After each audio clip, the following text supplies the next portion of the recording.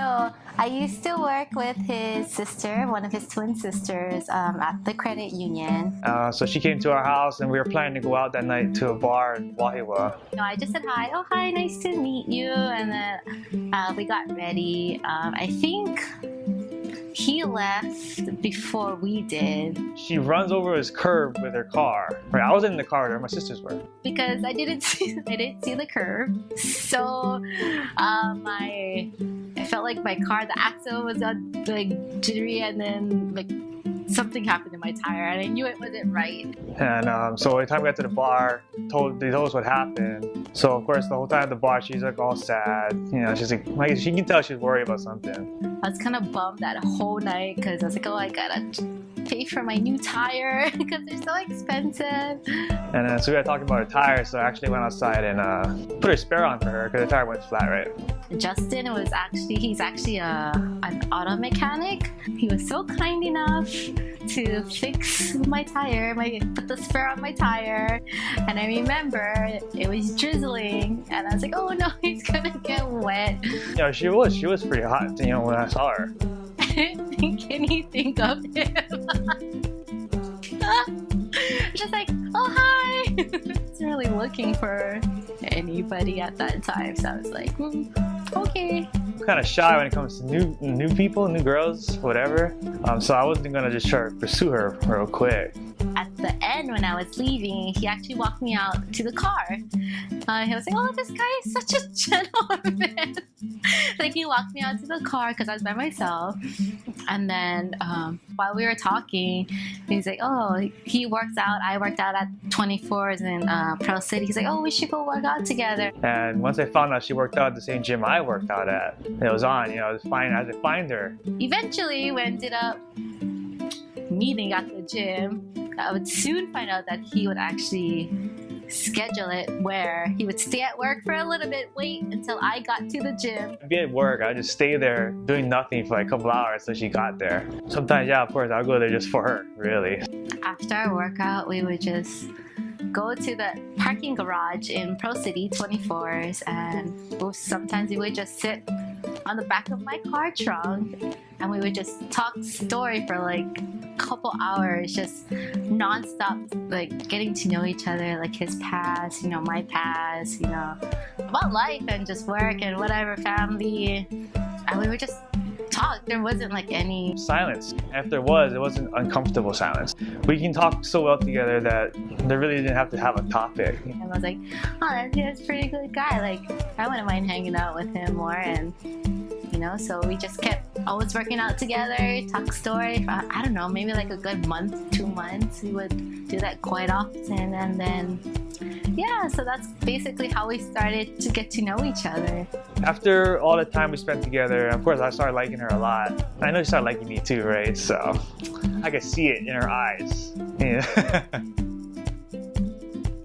Well, I know she loves to watch sports. You know, that's something I don't do, right? You know, normally it's the other way around. She's like, oh, babe, let's watch basketball. Like, no, I want to watch my movies instead, right? You know, I want to watch my car shows or whatever. So all my friends tease me about that because she knows about football, and I didn't know nothing about football, right? He loves to go to the gym all the time. If he doesn't go to the gym, he goes crazy. Like, literally, he'll go crazy. And me, I'm like the total opposite. I don't want to go to the gym anymore. I just want to stay home. But he's trying to encourage me to go back to the gym. Yeah, I think that's his number one. He just likes to stay active. She loves to nap. She loves to cook. And she loves spending time with her family. He'll eat anything. He has like no particular... I think he doesn't have any particular favorite food. His favorite food is whatever's put out in front of him, or whatever we decide to eat is what he'll eat. He's not a picky guy. There's many things I love about her. I know she'll always be there when I need her to be there. She'll never leave me in the dark, basically. I know that for a fact. If I had to choose just one thing, it would be how affectionate he is towards me. Because me, I'm the total opposite of like, no, don't hug me, don't touch me. I gotta chase her around for hugs and kisses. Like, babe, come here. She's like, no. No, I think she does it on purpose though. So when he chews so loudly with his mouth open. He doesn't do it all the time, but there are just times when I'm just like, hello, I can hear you. And I'm like, I don't know if he does it on purpose because he knows it bothers me like a lot, or he just does it because he doesn't care what I say. She's the clumsiest person I ever met, but she drops everything, you know, or she spills stuff, or she trips over things. I don't know, all kind of stuff. And I try not to laugh at her, but I can't help it because it just happens all the time. With his t-shirts, he doesn't like to wash them after he uses them so that he keeps it clean and fresh. And once he washes them, it's a bad t-shirt. It's a terrible habit. It's one habit I was like, what? It was a process because from the beginning she said I had to ask for her parents' permission, and it came in a little conversation. It wasn't really the topic, but I remembered that, and I always planned on doing that to my future fiance anyway. So I had to somehow sneak up meetings with her parents. So I thought it was going to be one. There happened to be 3 meetings, 3 dinners. I had to go with the parents. I already had the ring bought, and I was asking them for their permission. I decided to propose on our trip. We went to Disneyland that year. When we got up that morning, okay, let's go get ready. Let's just go hang out, check out the outside of Staples because they had like statues of players and whatnot. I brought the ring with me. I bought this little secret box so I could hide it and she wouldn't see it because the box is super thin, right? Because prior, when we first started dating, I had a bucket list, and I told him one of my bucket lists was to go ice skating outdoors in like a big city like LA or New York or San Fran, like, you know, and I had a big Christmas tree in the middle. And I had no idea. I was super nervous. I had no idea what I was gonna do. So I wanted to get a picture or a video. So I remember skating out. And she's a horrible skater, right? So she looks so unbalanced. So I'm acting like it too, right? So I'm skating real slow. So I was like really holding onto his arm so I wouldn't fall down. And so we didn't even make it. I want to say maybe we made it halfway around the ice skating rink, and he's like, "Oh, let's go take a picture." So I found this lady. She was skating. I asked her, "Oh, can you take our picture for us?" You know, like normal.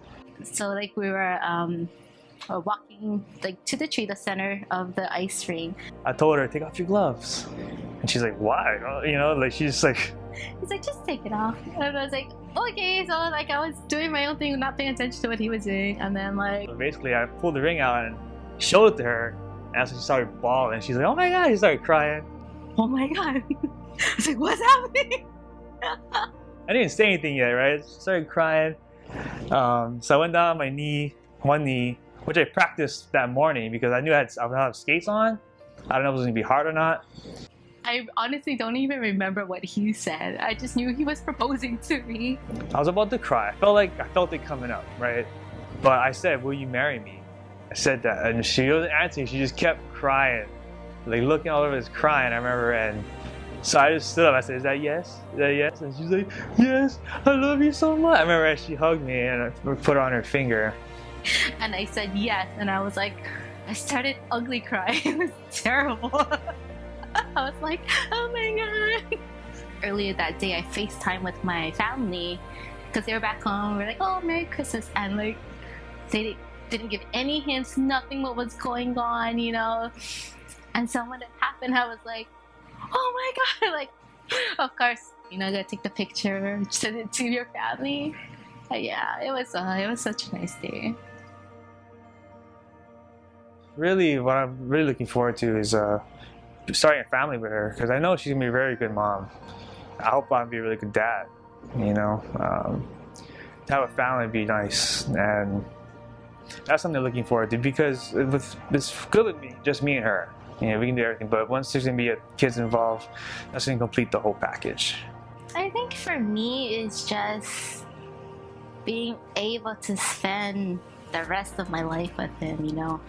We're gonna be able to like live out our dreams together, make dreams together, you know, our short-term dreams, our long-term dreams, and just being able to go through this journey of life together, the ups and the downs, you know, the trials, being able to push through, and just having him by my side throughout this whole thing, and me being his wife. You know, it's just, I'm just really excited to just do this whole thing with him, this whole life thing with him, and that he's gonna be my partner forever. Yeah, I'm just super excited.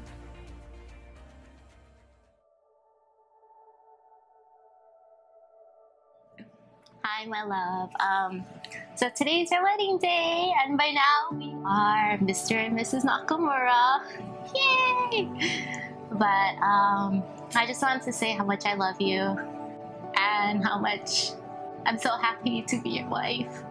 I really thank God for bringing us together and writing our love story and allowing it to happen the way that it did. And so I'm just so blessed to have you in my life. You know that God knew what I needed, and He gave me you. You do complete me, and you know, I always say that we're two peas in a pod because we're just so inseparable together, and that's so true. Because I couldn't imagine doing this thing called life without you. I'm just so excited to be your wife, and I'm just so excited to be on this journey with you now, and that we're gonna be able to do this together forever. And I'm just so happy that I have you as my husband, and I love you so much. Hi, babe. You know, so much things I want to tell you because you have no idea how much you mean to me. And I thought I was gonna cry about this, but anyway, you're the best thing that happened to me, and you changed my life for the better in many ways. You know, you brought God into my life, and I thank God every day that He brought you into my life. You showed me what it's like to be a good person, and I only want to do better for you and for our future family. But I promise, as your husband, to take care of you. We'll never be in need. I promise we'll always have a good life, as much as I can control anyway. I just want you to know I love you very much. You are the woman of my dreams, and I can't live without you, babe. I love you, Mrs. Nakamura.